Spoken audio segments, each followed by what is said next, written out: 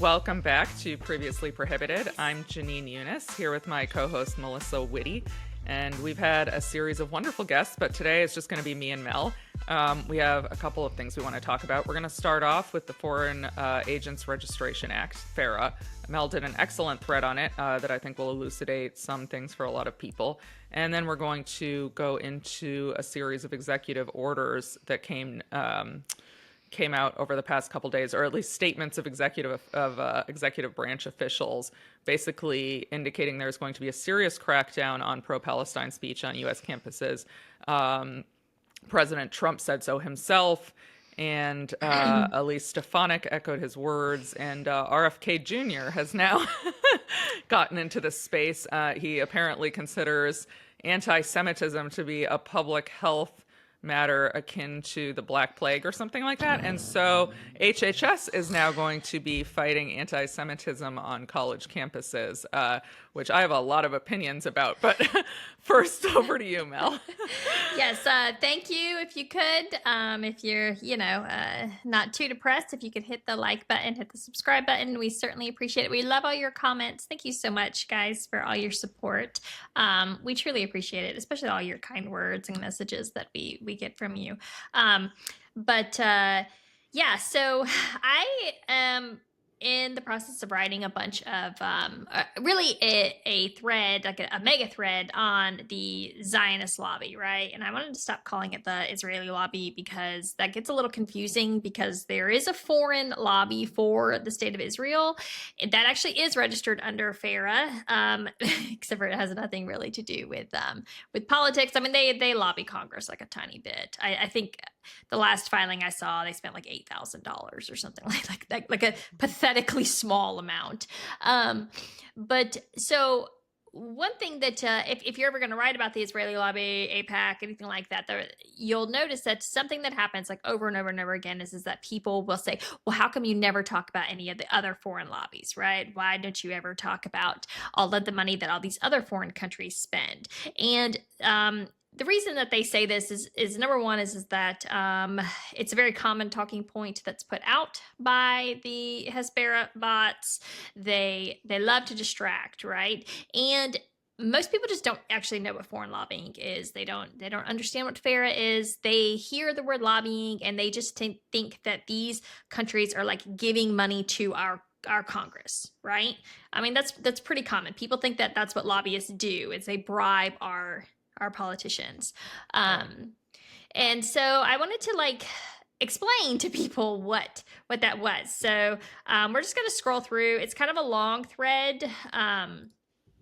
It's actually, there's really nothing even remotely sexy about it or anything like that. But so I kind of just broke it down. This is what's common. And here's an example for you guys right here of this Insurrection Barbie, which at one point was a real account.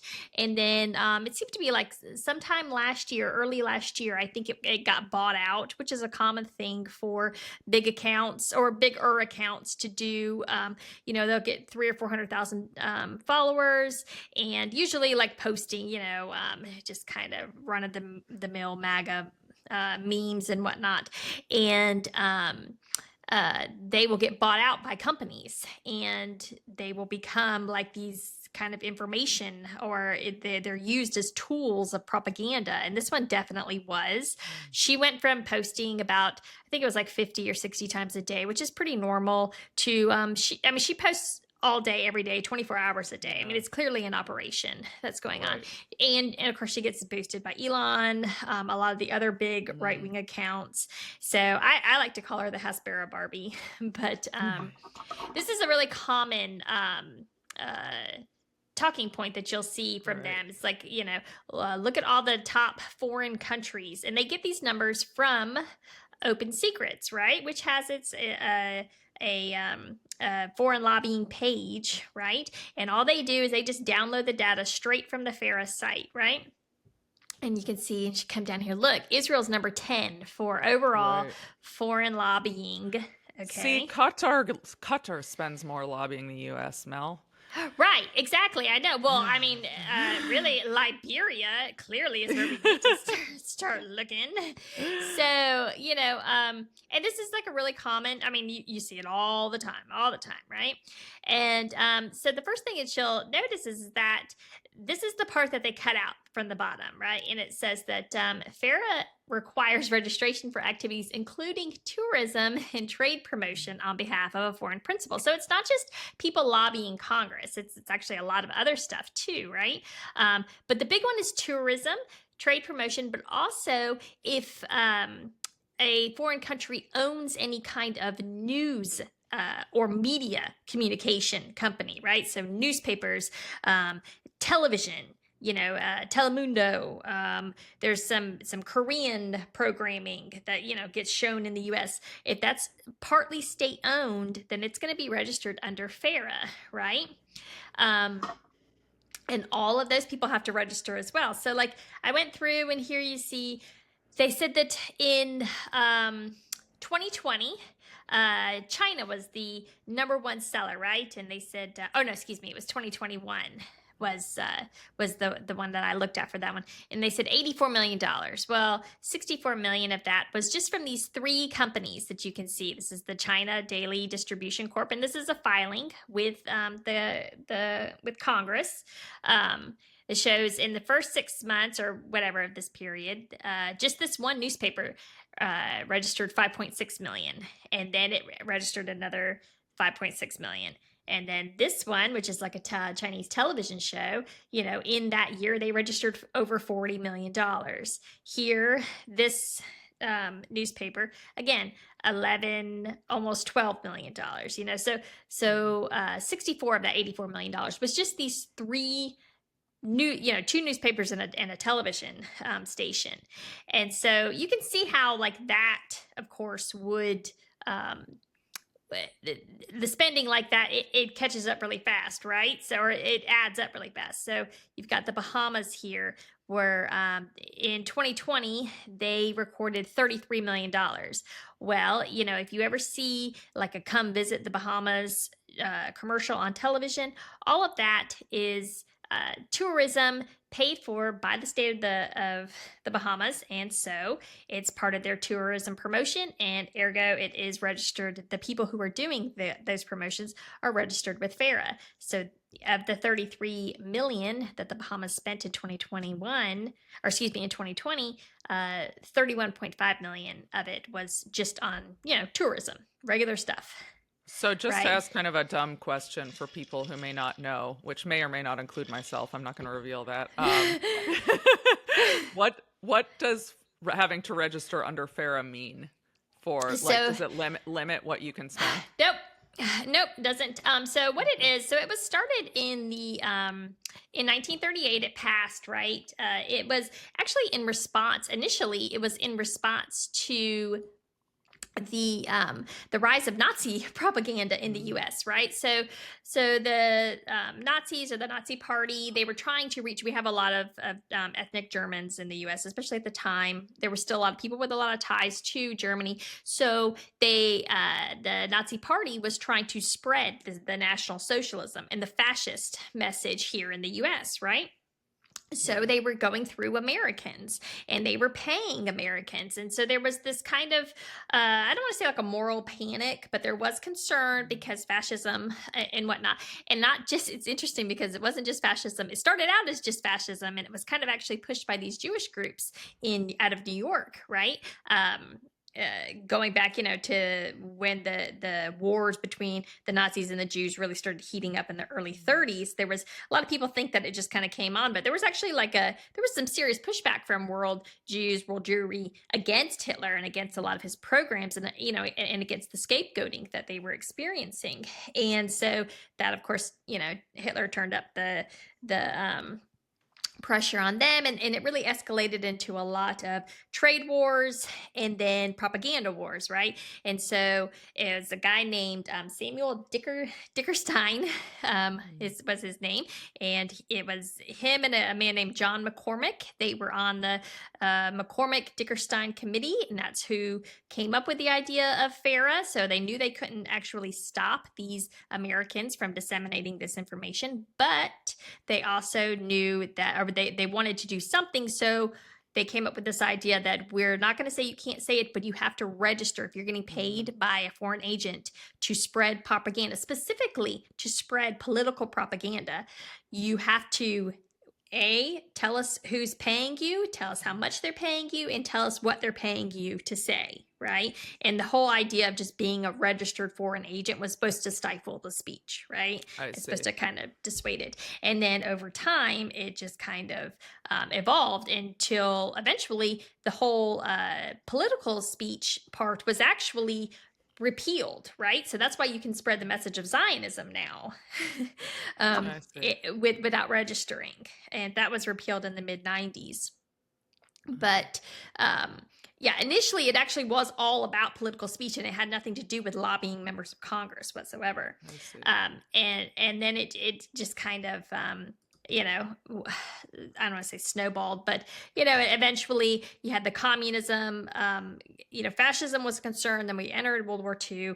Then communism comes out, and this is actually what the Dickerstein-McCormick committee led into the House Committee on Un-American Activities, which is closely related to like the McCarthy era panic.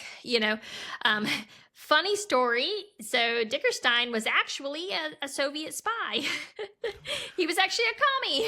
Wow. Selling out the country. That's ironic. Yeah. That's actually a really interesting story in and of itself, but I'll save it for another day. So we get to Liberia, and this was something that kind of tripped me up for a little while when I was doing this research on this, was that, it's like, what is Liberia spending all this money on, right? Well, it turns out that Liberia is kind of like a tax haven, and they have a corporate registry. The company that the government of Liberia uses for their corporate registry is actually an American-based company. So all of this money for these corporate registries comes through this LISCR, which is the Liberian International Ship and Corporate Registry, LLC. And so all of that money gets reported in the FARA finances, even though, again, it has nothing to do with Congress whatsoever, right? Same with the Marshall Islands. So you see where these huge numbers come from, right? It's actually pretty easy to see. But then it's like, okay, well, there actually is some lobbying. So what goes on when there's when these countries lobby Congress? Well, the next thing you need to know is that the countries, these representatives aren't allowed to talk directly to our elected representatives. They have to have some kind of intermediary, right? And so they have to hire these lobbyists for basically anything, any kind of communications. And if you have a bad reputation, like say a country like Qatar, it's the worse your reputation, the more you have to pay the lobbyists. Excuse me. To curry these messages for you. And how lobbyists get their job is basically who they know, right? If you were a congressional staffer, if you were a congressman, I mean, those guys, I'm not even kidding, they get put on like $100,000 a month retainers. We saw Pam Bondi was on $150,000, $115,000 a month retainer. Wow. And from what I could tell, she worked for Qatar for about 6 months. She doesn't have any actual formal informational filings. I don't actually know if she did anything for them. Just being on the staff, that's how much they get to charge, right? Wow. And so when our congressmen start doing just really ridiculous things, like feeding into this idea that you remember after October 7th, we had this kind of great moral panic about all this Qatari money flooding all the U.S. universities, right? And we said, I mean, these are like real headlines, tuition of terror, Here's another one from Eli Lake, of course. Qatar's war for young American minds, right? And they're just freaking out about all this money that Qatar has supposedly poured into American universities, right? And then but the truth of the matter on that is that Qatar was actually just building American colleges in Qatar, like in Doha, right? So instead of shipping their students here to the US, they are actually have spent billions of dollars to build campuses in Doha so that their people don't have to leave, right? and most of the time it's medical schools and then teaching colleges, and of course those are really expensive, right? Right. So sorry, I know this is long and it's a little dry. I'm almost done, I promise. So what happened was, we have all of these stories coming out. Of course, this is all pushed by the Zionist media, right? Because they're pissed at Qatar over Hamas, which is a totally different discussion. But the only thing that Qatar can do is kind of ask their lobbyists to contact these representatives and set the record straight, right? So there was one instance where Michelle Steele was at a hearing in the House, and she just like goes on this tangent about Qatar spending all this money on, to poison the minds of the college students. So here's an example of what a lobbyist does. So the lobbyist that was hired by the state of Qatar is a man named Josh Feinstein. He has to write her chief of staff, who is Ari Dana, and it says, "Hi, I hope this email finds you well. My name is Josh Feinstein, and I'm unsure we have met, but by introduction, I grew up in Huntington Beach, yada, yada." Anyways, he's trying to, find some common ground. I wanted to share some clarifying information on behalf of my client, the Embassy of Qatar. Recently, a concern has been raised that Qatar is sending money to U.S. universities. This is incorrect. The nation of Qatar spends hundreds of millions of dollars each year to bring Western education to the Middle East. In fact, the ambassador of Qatar wrote to every member of Education and Labor Committee to correct the record, and I wanted to reshare that letter below. If you would please take a look, confer with the staff committee, I would appreciate it. So he forwards yet again, because they've already sent this letter from the ambassador explaining exactly where all of their money goes, how they spend it, where it's being spent at, the universities. And I can imagine it's very frustrating for the country of Qatar, because they have to do this like for every single one, right? And all of these communications have to get turned into FARA, so that's how you get to see them. And they have to pay, it is so crazy. Like at one point I was actually even feeling sorry for Qatar. I mean, if they weren't like loaded, I probably would feel really sorry for them, because it's like some of it's kind of a little pathetic. I'm not going to lie. Like they're like forwarding, Donald Trump's random truth socials where he's like saying nice things about Qatar. He's like to Mike Lee, like, "Hey, Trump doesn't hate us. Maybe you could stop hating us too." It's funny because they throw, the Embassy of Qatar in DC throws a really awesome party every year for the before the White House Correspondents' Dinner. It's like trying to show it up. I went a couple of years ago and it was so amazing. I have to say, it was like really something. When I was going through these filings, it's funny you say that, because I saw the party invites. So they paid the lobbyist that sent out those invites. They paid her $25,000 for 1 month's worth of work, and all she had to do was just email with the Congress and their staffers. Oh wow, that's crazy. It was so insane. Yeah, and you get to read all the emails that are sent. It's so ridiculous. But yeah, this is what this is just a contract with one of the guys. So this is one company is getting paid $105,000 a month for this stuff, right? I just threw in some stuff about this. Was funny enough. Dana Steele, Ari Dana, who again was Michelle Steele's chief of staff. He is Jewish. He is a Zionist. He lived in Tel Aviv for a while. It's interesting because, of course, he becomes the chief of staff for Michelle Steele, and one of the first things he says to Jewish Insider magazine is he says that Miss Steele also sees collaboration with Israel as a priority, right? So they've already got their guy in as the chief of staff, right? And so they don't need to go through lobbyists, of course, And so just to wrap it all up, what you'll see though is you'll see a lot of headlines like this: how foreign government lobbyists are making contributions to Ohio's members of Congress, right? And you'll see a lot of kind of moral panic about this, about these donations from these lobbyists, right? And the implication, of course, is that all this money that's getting paid to the lobbyists is then getting trickled into the congressional campaigns, which is actually just total BS. Because when you look at the actual numbers, these are tiny, tiny numbers.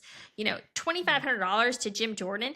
Just for some perspective for people, Jim Jordan had 3 joint fundraising committees, 2 leadership PACs, and 1 qualified PAC that he raised over $20 million in. A single lobbyist giving a $2,500 check to Jim Jordan is nothing. Like, you're just not going to buy jack with that, okay?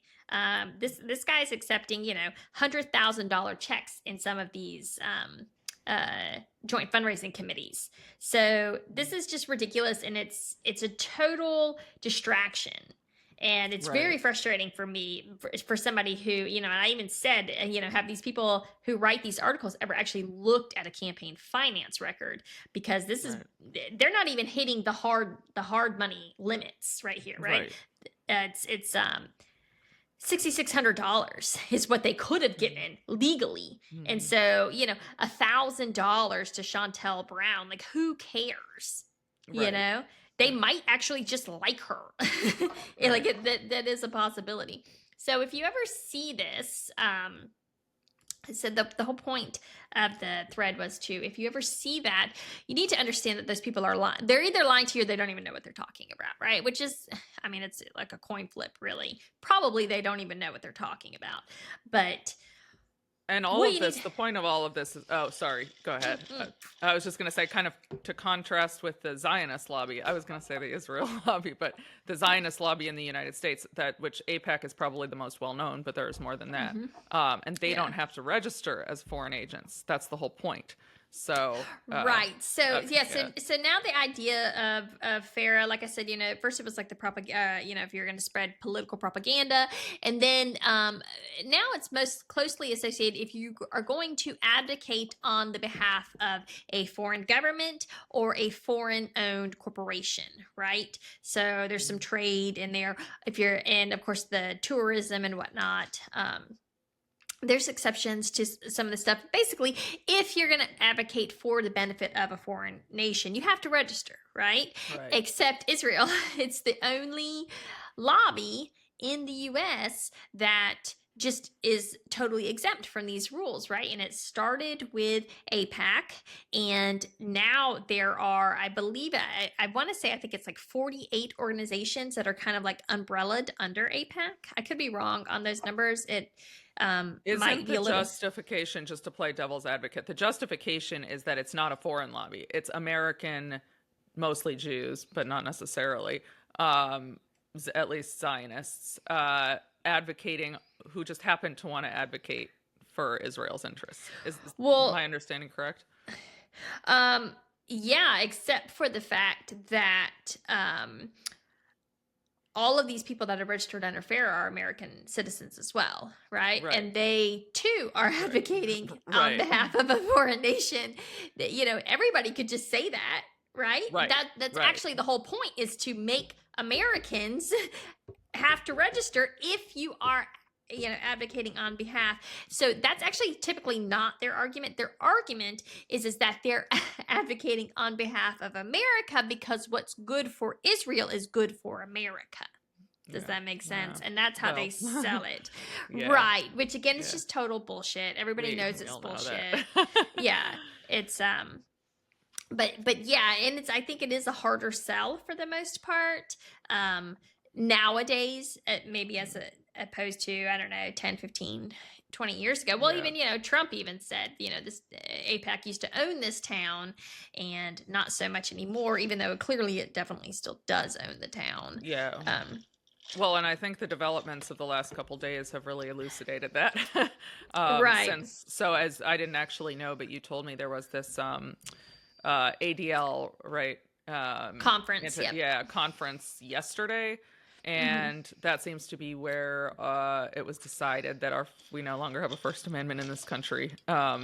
It was kind of clear before that, but I would say these posts and initiatives really have made that very Yeah. clear. So to kind of lay it out, the first one I think came last night from RFK Jr., and he Mm-hmm. announced that now HHS is going to be um, involved in combating anti-Semitism on college campuses. He compared anti-Semitism to a plague, I guess, to justify HHS's involvement, because agencies can't just they're creatures created by Congress. They can't just do whatever they want.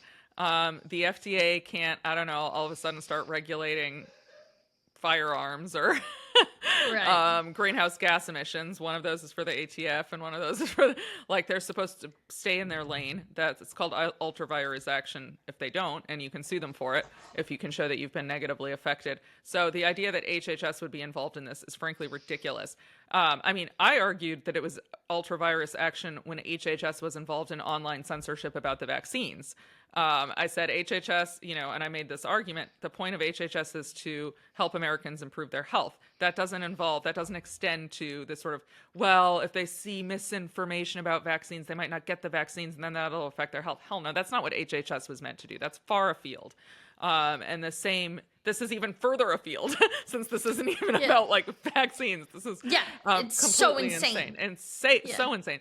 And then I thought that was insane, and my head was just blowing up, and I had to quote tweet it like 80,000 times, making different fun of it in different ways. And then I woke up in the morning, and Trump has his tweets, Truth Social post, I guess, where he says that illegal campus protests will no longer be allowed. And people are like, oh, he's saying illegal protests. Well, protests aren't illegal. So what you're trying to do is confuse people and confuse universities. And, they threaten to withdraw federal funds, which the Supreme Court has made clear that the federal government cannot condition receipt of federal funds on suppressing certain viewpoints. So it's clearly unlawful. Elise Stefanik, to erase any doubt, said the same thing. No more anti-Israel speech. We're going to punish anti-Israel speech. So they're being very clear about their meaning. I think it's extremely evident that this is not about stopping harassment or vandalizing property or blocking roadways or whatever. Those are all punishable. Every single jurisdiction in this country has laws to deal with punishing that. This is clearly about suppressing protected speech and chilling speech by just making people too afraid to engage in it. Yes, I totally agree. And so what I wanted to show you, and I'm so glad you brought up Elise, because my coming threads the rest of the week is I want to show people you hear campaign donations, they think like, okay, well, they're just, spending it to get reelected. Most people don't understand the really wide berth that these congressmen and women are given in how they're allowed to spend these campaign funds, right? So you heard me talk about hard money limits, right? So Congress sets a limit on how much each individual can give to a campaign directly, and it's $3,300 for the primary race and $3,300 for the general election, so $6,600 total, right? But Congress also, they've, of course, make their own loopholes all the time. So they've come up with a couple ways to get around those limits. And one way is the Joint Fundraising Committee. Okay, so what it is with the Joint Fundraising Committee is you've got your congressman, right? And then they will add their party committee for their respective branch of Congress, if they're in the House or the Senate, right? So Elise Stefanik, she's got her Joint Fundraising Committee, and then she has added the NRCC, so National Republican Congressional Conference, right?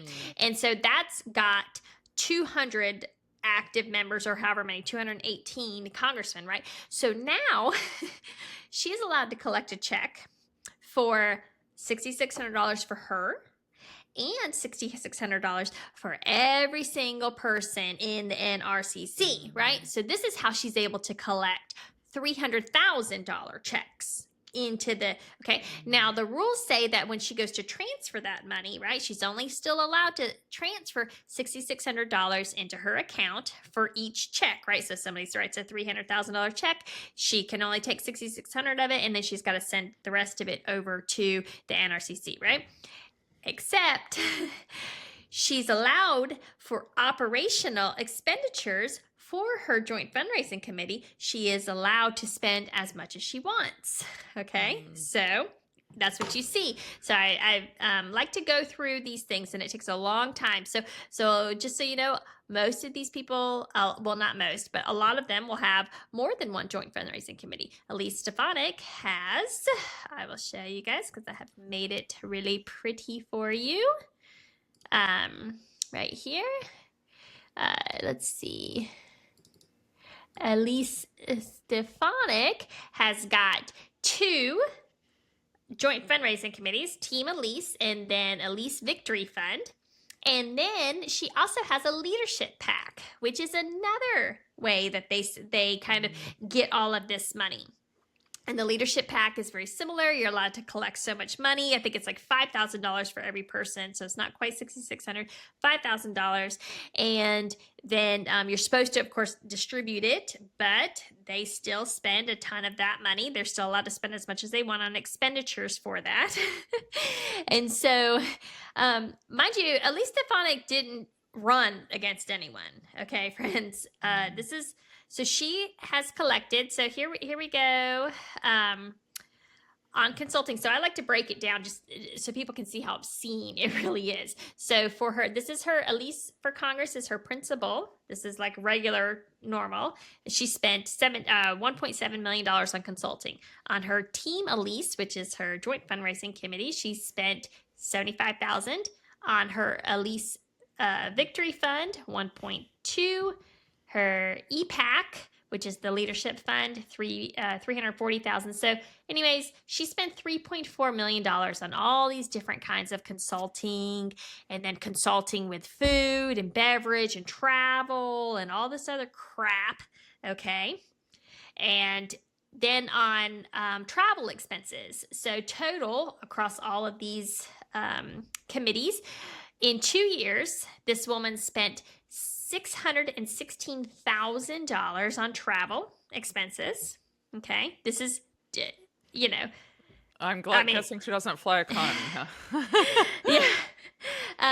So let's see. We've got, it's interesting because I had to go through each one of hers.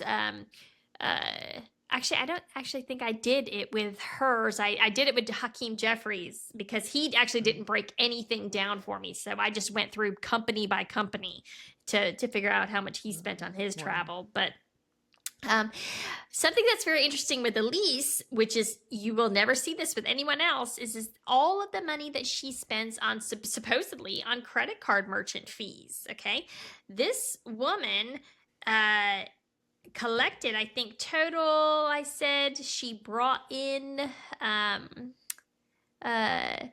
contribution wise, it looks about 24 million maybe. And she spent almost $5 million on credit card fees. Except one of the things that's really weird is that you're not supposed to be able to transfer expenditures like between accounts, right? So her Team Elise, which is a joint fundraising committee that she raised $11.4 million from, she spent, according to her filings, $4.2 million on credit card fees, which is ridiculous. Right. It's like 40 something percent. It's fraud. I don't know what she's doing with it, but we do know for damn sure that she's not she's not spending it on credit card fees. Well, I'm sure Pam Bondi will get right on this. Right. Yeah. And then of course there's all the money on fundraising calls and whatnot. And so what you need to know, though, the big thing to know is that all of this like consulting crap, all of these consulting expenditures, that's all crap. These consultants actually become kind of like conduits for them. The consultants pay for their travel. The consultants pay for their food, their dining, their events, everything. And then they just reimburse the consultants, right? Under the name of fundraising consulting or whatnot. And they went off to Tahoe for the weekend, right? I know at one point, I think Trump got busted paying Melania's hairdresser something like $250,000 a year. under consulting. I'm not kidding. And again, nobody calls it out, right? And so this is what, so she spent,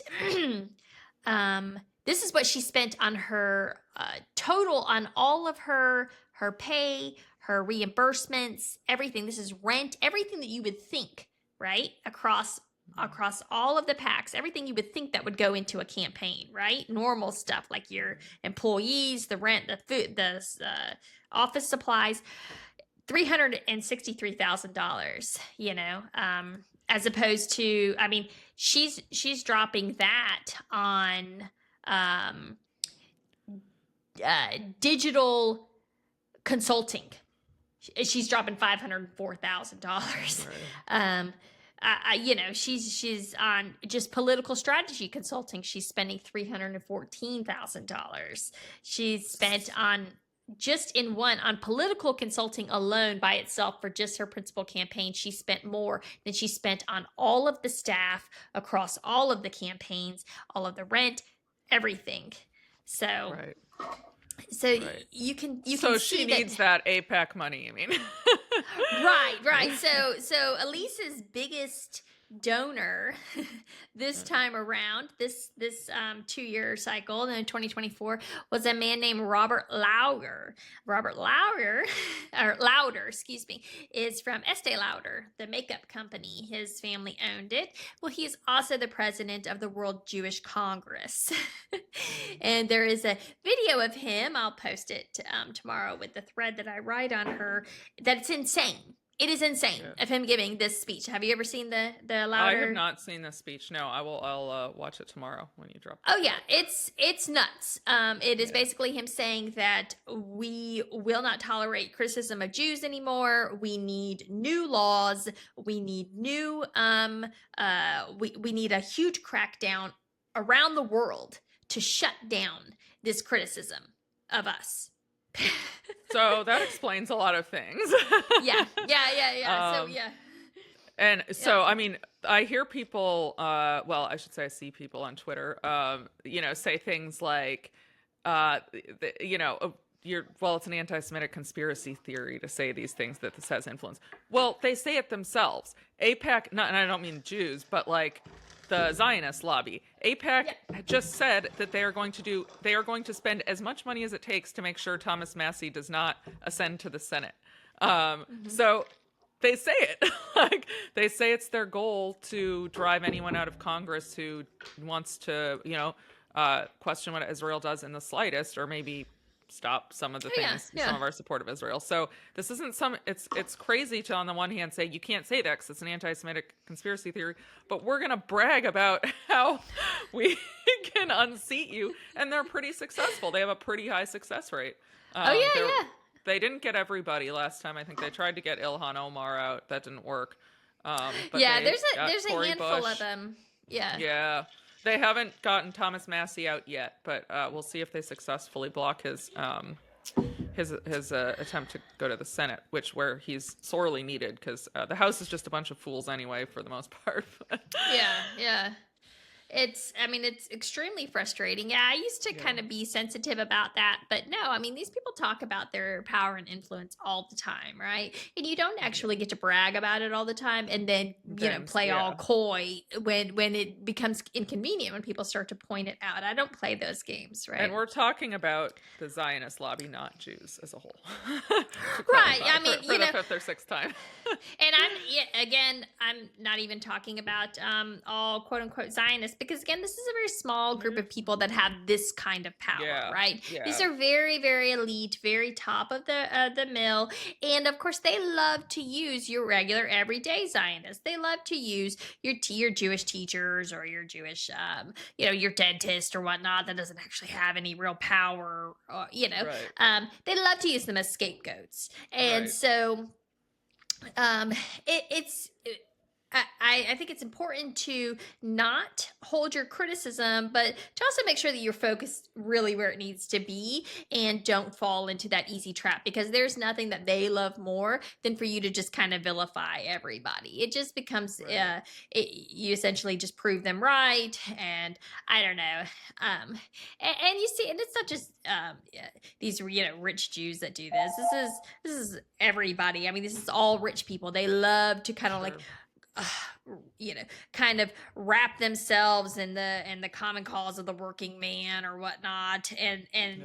and I mean, we see this with Elon doing stupid crap all the time. We see even to a certain extent Trump does this crap too, Yeah. and then hides real intentions, or what I think are sometimes maybe some selfish intentions, like what's going on with Ukraine right now. Did you see they're gonna sign the mineral deal? Is what they said. I don't know much about it. You're welcome to talk Yeah. about it. I saw that, but Russia Ukraine isn't my thing. My knowledge is like not such that I Yeah. feel I have anything to offer other people. Yeah, I mean, it just came out. I haven't seen the details of it; they haven't been published. So, I mean, I'm like holding comment on it. But something I'm just very concerned about is that if we get too much American infrastructure, American jobs, American workers, contractors, and whatnot in there to extract these minerals, that it's going to eventually pull us in to the region. And it's kind of going to be like a Venezuela thing. Remember we were talking with Anya about Yes. how Yeah. when they took over the oil, they took over Exxon, and then that became like a conflict. And so you end up with something a little similar, obviously very different, but similar in Yeah. nature to that. So I'm holding. Uh, I thought it was going to be a nice clean break, but obviously Mm. Zelensky, he left he left DC pissed on Friday, went to Europe. Basically, Europe was like, Britain was like, look, we'll give you some money. We might even commit some troops, but you better do whatever you have to do to get the Americans back on board. And so he's Uh, been groveling all day today. We'll see oh what yeah. Trump I says. I've spent my day absolutely obsessed with the new speech stuff, so I'm just so appalled by that. Well, I spent my day working too, but Yeah. Yeah. whatever free time I had was on the free speech stuff. And I Yeah. think we'll definitely be talking about this more. The campus stuff. It's extremely concerning. I think it's Well, probably yeah. in We're in it's gonna terms of be it on yeah the State of the Union tonight. He's gonna yeah. talk about it. I'm like debating whether or not I even want to watch because I'm gonna get so I'm not gonna watch. pissed. I'm too mad. So Yeah. I have to confess, I have not yet watched No Other Land, despite commenting on it for the same reason. I just I know this stuff, and I know I'm just gonna get really upset. So I mean, Yeah. I never I. My point was everyone on the pro-Palestine side should be happy that No Other Land won best Oscar, Yeah. and that Palestinian suffering got 2 minutes of airtime on the world stage, basically at the Oscars. Hmm. And half of that was an Israeli and half was a Palestinian. I was sort of I guess I should never be surprised at people being discontented, but I was yesterday kind of like, oh God, all these extreme pro-Palestine activists were like mad and like, oh, this is a liberal Zionist project, and we're like, an Israeli is sort of giving cover to this film, which otherwise would never. And it's like, just they're killing kids, they're starving kids right now, they're gonna start bombing more kids. Like, let's just that's the emergency at hand. And Yeah. sometimes we Yeah. have to work with people to like complaining because it's not the perfect world of equality. And then a lot of the points that were made were just like flat out kind of wrong. Like they said that the Israeli director Yuval Abraham took the mic from the Palestinian director. That wasn't true. The Palestinian director Basil Arda finished talking. He spoke first. And people also said that the Israeli director conditioned Palestinian freedom on, I have the right to grant it to you. And that's not what he said.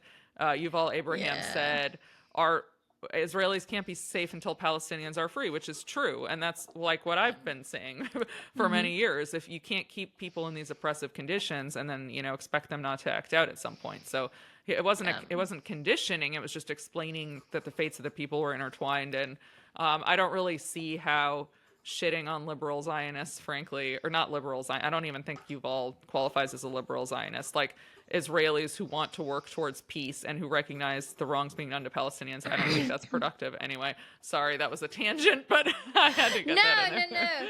Yeah, I was kind of off Twitter yesterday, so I missed all of that, which I was honestly glad to miss that.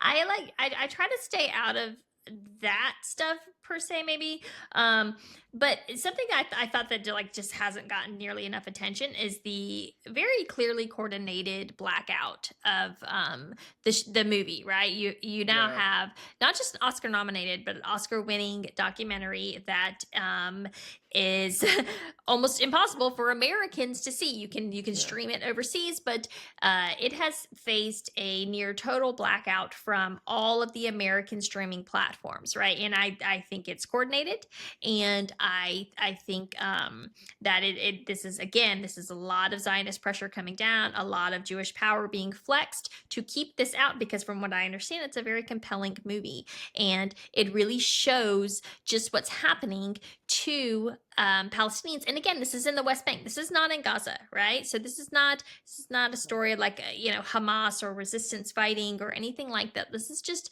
a regular family who their home becomes, it is determined that it is quote unquote illegal. It doesn't have the proper paperwork, and so they evict the family and they tear down their home. And this is like their generational home, and it's heartbreaking, right? And again, stories like that really speak to a lot of Americans. And I think one thing that they're really scared of is that that's going to speak to right-wing Americans, which is something I have always said, that if you want to speak to the right on this issue, you should hammer home property rights, because that is something that that is very near and dear to most conservatives, most Republicans that I know, right? They some are LARPers, but a lot of them are not. They really do believe in that stuff. And so you talk about somebody coming in, the government coming in and saying, you don't have the right paperwork, you have to get out of your home, we're taking your home, we're going to tear it to the ground. Oh yeah, I don't care if that was the home that your grandfather built. Get the F out, get your kids out. You're going to watch us tear it down, and then you're going to watch us put in this state, basically this kind of government housing, for some guy that's, making Aaliyah from Brooklyn, right? Yeah. And there was some, for those people who listened to my dad's episode a couple weeks ago, or who didn't, he said something I think we both thought was sort of interesting, which was everything they do is legal, right? They just make laws to suit what they want to do. And remember, Americans have to remember, slavery was legal for a long time. Just because something's legal doesn't make it moral. And imagine if, the government now is like, I want Mel's house, so I'm now going to write a law saying that we get to confiscate her land and her house and kick her out, and we're not going to give her any compensation for it. And that's the other thing. No compensation. Yeah. I mean, and monetary compensation I don't think would be enough for a lot of Palestinians, because they're very psychologically attached to their homes in a way I think some Americans can't even understand, because we move around a lot more here. But nevertheless, they don't get anything. I honestly, if they had been paying these people for their homes from the start, I think you might have been able to break a lot of the psychological attachment, the emotional attachment. Maybe yes, maybe no, but I do think that. But when you don't compensate, right? And so you just take, and so what happens is that people, that becomes the only thing they have, right? They don't have any money. They're already poor, cash poor. And the only thing of value that they actually have is the home. You just see that so much more emphasis, emotional, psychological, everything gets put into the land, into the home, into these tangible things, right? And so, and then just imagine it just gets stolen one day. And the videos and I've seen more than one of people just having to watch as their home is just literally just bulldozed. Yeah. It is heart wrenching, and so there's clearly a coordinated effort to keep this off the market. I think they know how bad it would be. I think they've pretty much written off Great Britain because you can watch it on all the platforms over there. Um, but The funny thing is, I think people think it was made in response to what's happened in Gaza, but it wasn't. This film started right. 5 years ago, and there have been a number of excellent documentaries about Palestinian suffering. I don't know if you ever saw Five Broken Cameras. It was about a West Bank Palestinian who was trying to document what was going on to his home. I can't remember what it was, but it was something bad in the village. I think they were destroying homes. I can't remember. And the Israeli soldiers broke his camera 5 different times while he was making the documentary. So like a number of times you can see them smashing the camera. So he had to have 5 separate cameras that made this film, and it was extremely good. But it was just that most Americans did not care about this issue until October 7th. So like, right. Yeah. Well, it's always been... This information has been there. There have been documentaries about this, many of them really excellent. I'm sure that No Other Land is really good, and I'll see it as soon as I possibly can. Yeah. This was not... This just happened to be in the making, and I think a lot of people are now interested because this issue has come to their attention. Definitely. And so I guess for me it was a little annoying just to see, like I said, I was off Twitter, so most of the stuff I didn't see, but I did see some backlash in the morning, and it was like, okay, that's fine. I mean, I'm not going to get into it. I think a lot of liberal Zionists are full of shit, so I'm not going to like sit here and like, just fight about this, but I really wish that you guys would care as much about this Oscar speech or about this clearly coordinated, corporate blackout as you do about this Oscar speech and what you think he should or shouldn't have said. I just think it's kind of easy to bitch about something like that as opposed to... I actually thought it was kind of important to push back for me, not necessarily for you, but because, as someone of Palestinian descent, I wanted to make clear that I think this is alienating. I think it makes...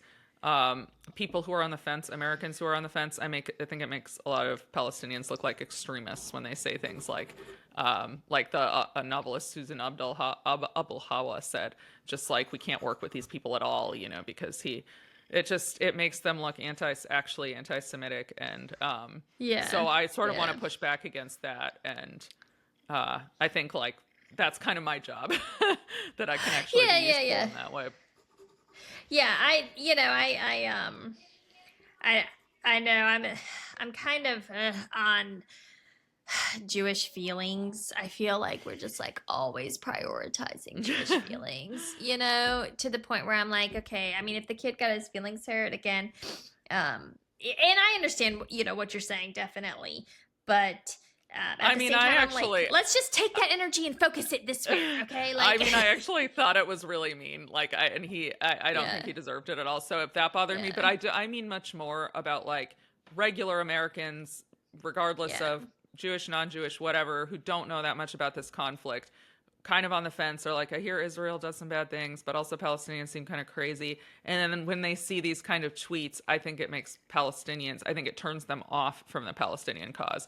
And so that's a large part of why I felt it was important for me personally to fight back as a person of Palestinian descent. But yeah. I mean, I definitely, I obviously go for it. It's not like I didn't see anything that I necessarily disagreed with. It was like, I was a little surprised that people got so upset, but I think some of the stuff sometimes is just like, it's just a culmination of people just frustrated with everything. And something comes along and it's like a new punching bag. So let's just, it's like everything has to be an argument. I was kind of like, okay, can't we just celebrate this? Like, really, like most Americans, or at least certainly in our Congress and our media, I don't even think Palestinians are human. Like, okay, maybe Basil didn't get 100% of the time that Yuval Abraham got. Maybe he stuttered a little, which indicates some kind of colonial oppression thing, whatever. But like, come on, let's like stop the babies dying, okay? I know, and we were texting yesterday, and I shared with Jenin this quote from Molly Evans, who I love her quotes. I love her. She's just this like old school liberal journalist. She worked out of Austin. She died in like 2007, but she was like a really prominent Republican critic. And, I disagreed with her on a lot of stuff, but she had some really good sayings. But she had one that I think about all the time where she said, don't give up, because if you give up, the only thing that you have left to do is bitch. And so I feel like sometimes when I just see people just bitching nonstop, I'm like, I feel like maybe deep down they really have given up. And you sent that and I was like, okay, that explains a lot. Like, that actually makes sense. And I have not given up yet. So right, so you're like, I'm constantly looking for like, and that's how I am. I'm like, let's focus this energy somewhere, But I think deep down sometimes that people have given up, and like that makes me sad. So I try to like just maybe not indulge that and whatnot. Yeah. But I hear what you're saying. I mean, I get it. Yeah. It's, well, shall we wrap it up since I think so. Great time. I learned a lot. I'm sure Sorry, it was really a little bit. No, it is dry, guys. I promise that. You made it interesting as usual. So we'll be back soon, probably with a guest, and also subsequently with the two of us. So see everybody later. Yep. Bye, guys. Bye.